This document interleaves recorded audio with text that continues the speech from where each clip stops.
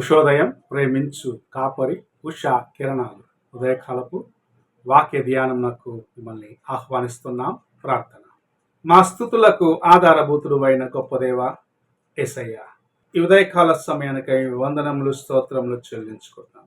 తండ్రి, ఇంతవరకు నాయన మమ్మల్ని ప్రేమించి మా పట్ల నీ కృప నుంచి నడిపిస్తున్న విధానాన్ని బట్టి స్తోత్రములు చెల్లించుకుంటున్నాం.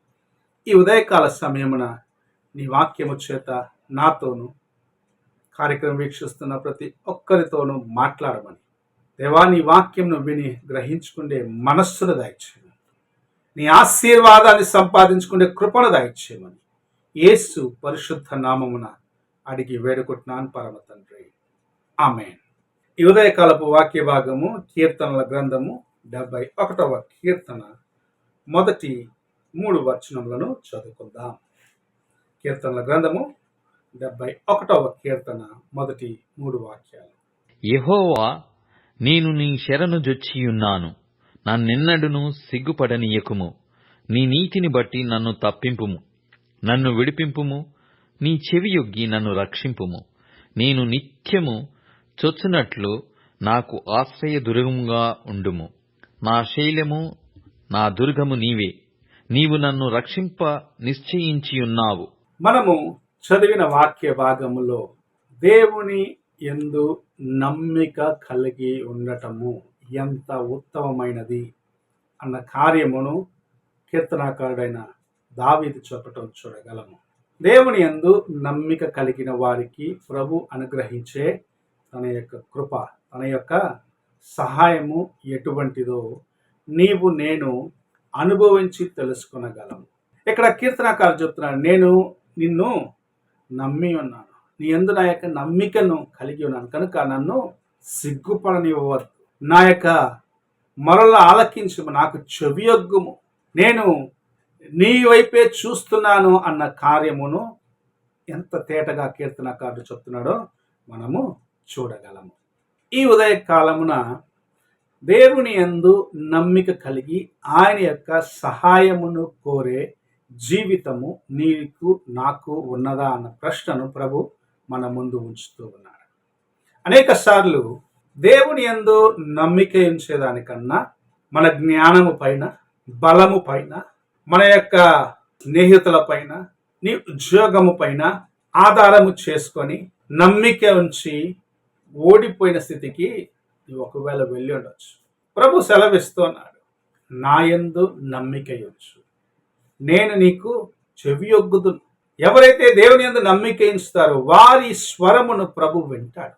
ఆయన యందు విశ్వసిస్తారో వారి యొక్క మొరలను ఆలకిస్తాడు, వారికి జవాబిచ్చేవాడిగా ఉంటాడు.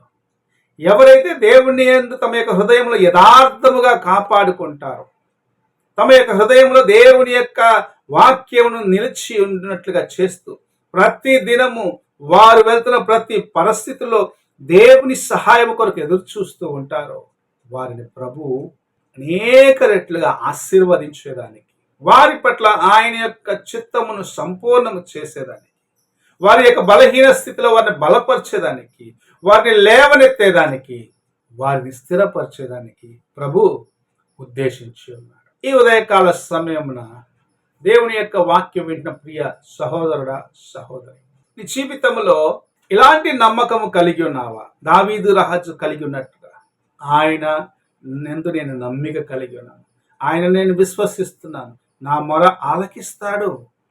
దేవునితో చెప్తున్నాడు, నా మొర ఆలకించి నాకు చెవియొగ్గమంటున్నాడు, నాకు జవాబు ఇమ్మంటున్నాడు, నన్ను బలపరచమంటున్నాడు. కీర్తన 23లో మనం చూసినట్లయితే, యెహోవా నా కాపరి, నాకు లేమి కలుగదని ధైర్యముగా చెప్పగలుగుతూ ఉన్నాడు. ఎటువంటి స్థితిలో నేను ఉన్నను సరే, ఎలాంటి కష్టంలో నేను వెళ్ళినను సరే, ఎలాంటి శోధనకు మధ్యలో నేను నడిచినను సరే, ప్రభు నాకు తోడుగా ఉన్నాడు కనుక నాకు ఏ అపాయము రాదు అన్న ధైర్యమును కలిగిన ఒక వ్యక్తిగా ఉండటం మనం చూస్తాం. దేవునికి విధేయుడిగా ఉన్న అనుభవం కలిగిన వాడిగా ఉండటం చూస్తూ ఉన్నాం. అందుకే తాను ఒక పొరపాటు చేసినప్పుడు ఎటువంటి స్థితిలోనూ నేను ఇతరుల చేతికి పడకూడదు, దేవుని హస్తములకు నేను అప్పగించుకుంటానని తను తాను దేవునికి అప్పగించుకున్న వాడిగా ఉన్నదాన్ని బట్టి తన యొక్క బలహీనత ఎంత ఘోరమైనదైనా సరే ప్రభు ఆయనను క్షమించడం మనం చూస్తూ ఉన్నాం. ఈ ఉదయ కాలమున నీవు దేవుని యందు నమ్మిక కలిగి ఆయన చేతికి నిన్ను అప్పగించుకొని ఉన్నావా? నీ తలంపులను ప్రక్కన పెట్టి దేవుని యొక్క చిత్తమును గ్రహించుకుంటున్నావా? నీ ఆలోచనలను ప్రక్కన పెట్టి దేవుని యొక్క చిత్తానికి లోబడుచున్నావా? ఆయన నాకు సహాయము చేస్తాడు. క్లిష్ట పరిస్థితి అయినను సరే, శత్రువులు నన్ను చుట్టుముట్టడించినను సరే, నన్ను అణిచేసేవారు నా చుట్టూనను సరే, ఆయన నాకు తోడుగా ఉన్నాడని ఆయన ఎందుకు విశ్వసిస్తావా? లేక నీ తలంపులు, నీ ఆలోచనలు, నీ యొక్క ఉద్దేశాలని దేవుని మరచిన అనుభవంలోకి వెళ్తూ దేవుని యొక్క ఉగ్రతకు గురి అవుతావా? ఒక్కసారి నీ హృదయమును పరీక్షించుకో.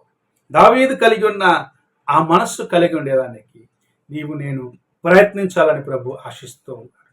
ఆ మెట్టుకు ఎదగాలి. అందుకే నా హృదయానుసారమైన వాడని ఆయన గురించి సాక్ష్యం చెప్పడం మనం చూస్తూ ఉన్నాం.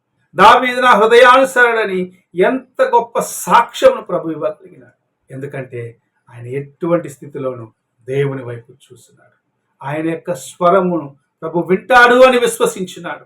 శోధన సమయమైనను సరే, కష్ట పరిస్థితులైనను సరే, నేను దేవుని వైపే చూస్తాను అని తన యొక్క హృదయమును సమర్పించుకున్న వాడిగా, ఆయననే కోటగా, ఆయననే దుర్గముగా, ఆయననే తనకు కేడముగా కలిగి ఉన్న వాడిగా జీవించిన దాన్ని బట్టి, దేవుని యందు నమ్మకముగా ఉన్నదాన్ని బట్టి, స్థిరముగా ఉన్నదాన్ని బట్టి ప్రభు ఆయనను బట్టి కలిగి ఉన్న ఉద్దేశములు ఎంత గొప్పవి అని మనము గ్రహించుకుంటాం. అందుకే దావీదు యొక్క జీవితం మనందరికి ఒక మంచి మాదిరిగా, పొరపాట్లు లేకుండా లేవు, బలహీనతలు లేకుండా లేవు, కానీ వాటి మధ్యలో కూడా దేవుని కోసం నమ్మకముగా జీవించినాడు.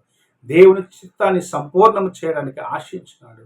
దేవునిలో అనేకులకు నేటి వరకు మాదిరిగా ఉన్నాడు. అలాంటి జీవితం కలిగి ఉండడానికి ప్రయత్నిద్దాం. ప్రార్థన చేసుకుందాం.